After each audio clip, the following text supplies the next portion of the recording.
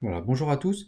Alors cette petite vidéo a pour but de revenir sur l'explication de texte à partir du texte de Bertrand Russell que je vous ai distribué, extrait de L'Esprit scientifique et la science dans le monde moderne. Voilà, donc ce texte-là qu'on a travaillé en cours. Petit exercice. L'objectif, c'est pas de revenir sur la totalité de la méthode, mais simplement sur le développement de l'explication de texte. Vous savez déjà que pour une explication de texte, il faut premièrement lire le texte attentivement en essayant de repérer le thème, c'est-à-dire de quoi parle le texte.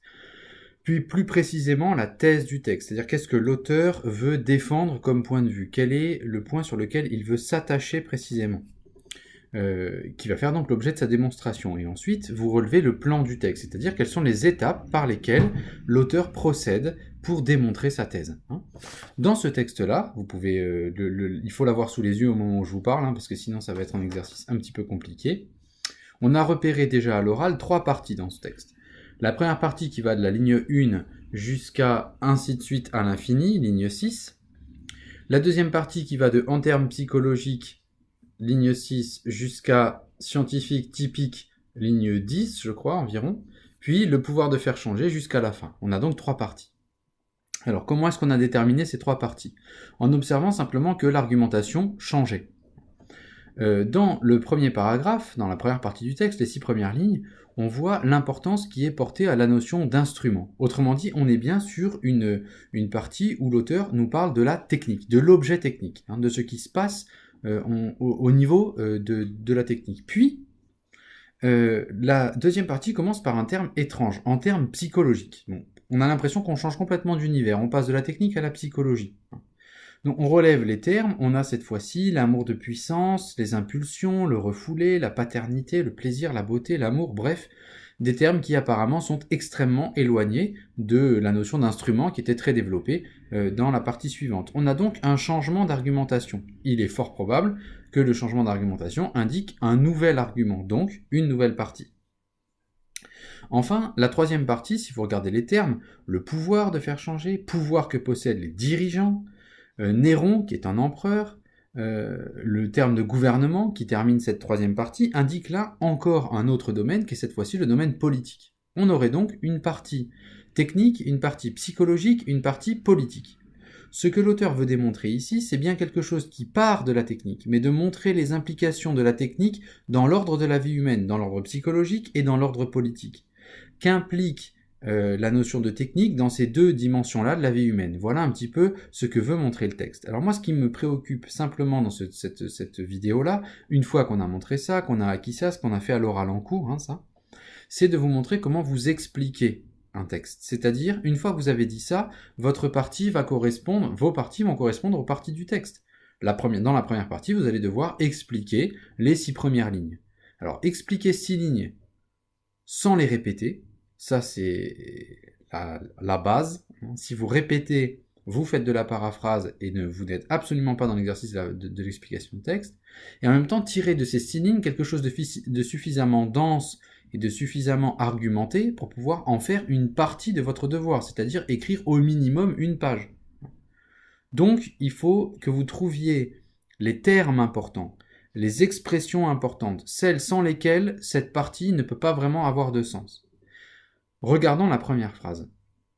L'esprit typique moderne ne s'intéresse à rien de ce qui est, mais uniquement à ce que les choses peuvent et doivent devenir. Je vais faire oralement maintenant l'exercice d'explication tel qu'on l'a fait en cours sur cette même phrase, pour que vous ayez bien en tête la manière dont vous devez expliquer. L'auteur commence par l'esprit typique moderne. Bon. Vous pouvez dire simplement, apparemment, qu'il s'agit là de désigner un homme moderne, l'homme moderne en général. Remarquez qu'il fait une généralisation, l'esprit typique moderne est une généralisation. Mais si vous regardez la suite du texte, vous savez qu'il va parler de la technique.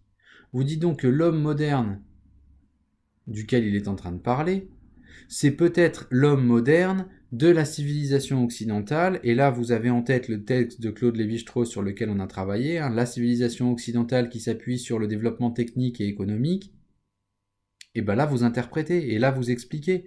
L'esprit typique moderne, cette généralisation qui commence le texte, est en fait précisément une description de l'homme moderne occidental, c'est-à-dire de l'homme moderne qui vit autour de la notion de technique, de production et d'économie. C'est bien ce que dit Claude Lévi-Strauss dans son texte de Race et Histoire. Ce que j'ai fait là, c'est simplement une explicitation d'un terme du texte à partir de connaissances que j'ai. Je continue. On voit que cette première phrase, ensuite, s'appuie sur une opposition qu'indique le terme « mais ». Alors qu'est-ce qui s'oppose dans la phrase ? L'homme moderne ne s'intéresse à rien de ce qui est, mais à ce que les choses peuvent et doivent devenir. On a une opposition entre, d'une part, ce que les choses sont, ce qui est, et d'autre part, ce que les choses peuvent et doivent devenir. Ce qui est, ce qui peut devenir. Voilà l'opposition. Ça, vous devez le noter. Alors, qu'est-ce que ce qui est ? Bon, terme, expression apparemment insignifiante. Ce qui est, c'est tout ce qui existe. Bref, notion du programme, c'est le réel. Ce qui est, c'est la réalité. La réalité existe. Maintenant, qu'est-ce qu'on veut dire exactement quand on dit que le réel, c'est ce qui est, en opposition à ce qui va devenir ? Eh bien, ce qui est, c'est ce qui est déjà là, ce qui est déjà présent. Ce que je peux voir à portée de mes yeux, ce que je peux toucher à portée de mes mains. Autrement dit, c'est le donné déjà là, c'est la nature. C'est donc le réel compris comme étant la nature, le réel naturel. Cet arbre, cette plante, cet objet naturel, ce caillou. Bref, voilà ce qui est. Il s'agit donc du donné de la nature. On se souvient du coup un petit peu du cours et on se dit « Ah, si j'ai une opposition entre la nature et quelque chose d'autre, il y a fort à parier que cette opposition soit entre la nature et la culture. » Il se peut donc, et vous proposez l'interprétation, il se peut donc que ce que les choses peuvent et doivent devenir corresponde peut-être à une transformation de ce donné naturel en un objet technique, par exemple.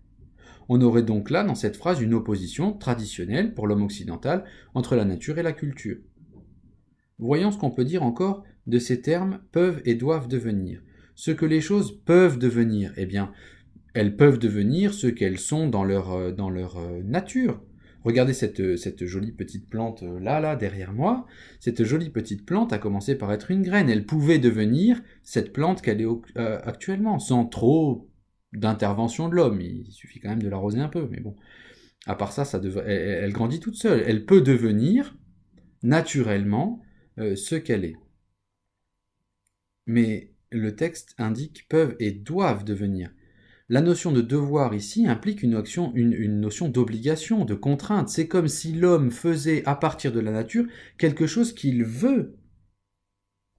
Autrement dit, il force la nature, il l'oblige à aller dans un sens.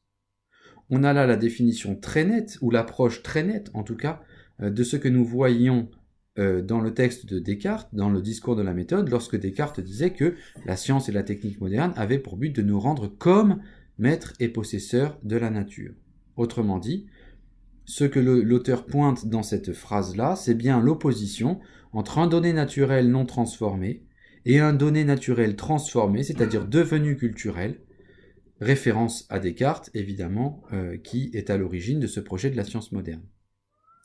Voilà, je m'arrête là pour la première phrase, voilà comment vous devez, dans une phrase, dans un texte, chercher les éléments, les expliciter avec des connaissances qui ne sont pas dans le texte, mais avec celles que vous avez retenues. Aller chercher des références, des auteurs, peut-être même des exemples, comme on l'a fait avec la plante ici. Bref, vous devez faire en sorte que cette phrase, pour quelqu'un qui n'a jamais fait de philosophie, pour quelqu'un qui, etc., soit le plus explicite possible. Voilà, soit la plus explicite possible. Voilà l'exercice. Il reste à faire ensuite, évidemment, la deuxième phrase et la troisième phrase pour terminer la première partie. Vous voyez donc que le travail d'explication de texte est un travail linéaire à partir duquel vous allez faire intervenir des connaissances pour rendre le texte plus explicite et en dégager les enjeux. L'opposition nature et culture qui apparemment passe inaperçue dans cette phrase et que vous relevez. Voilà le but de l'exercice de l'explication de texte.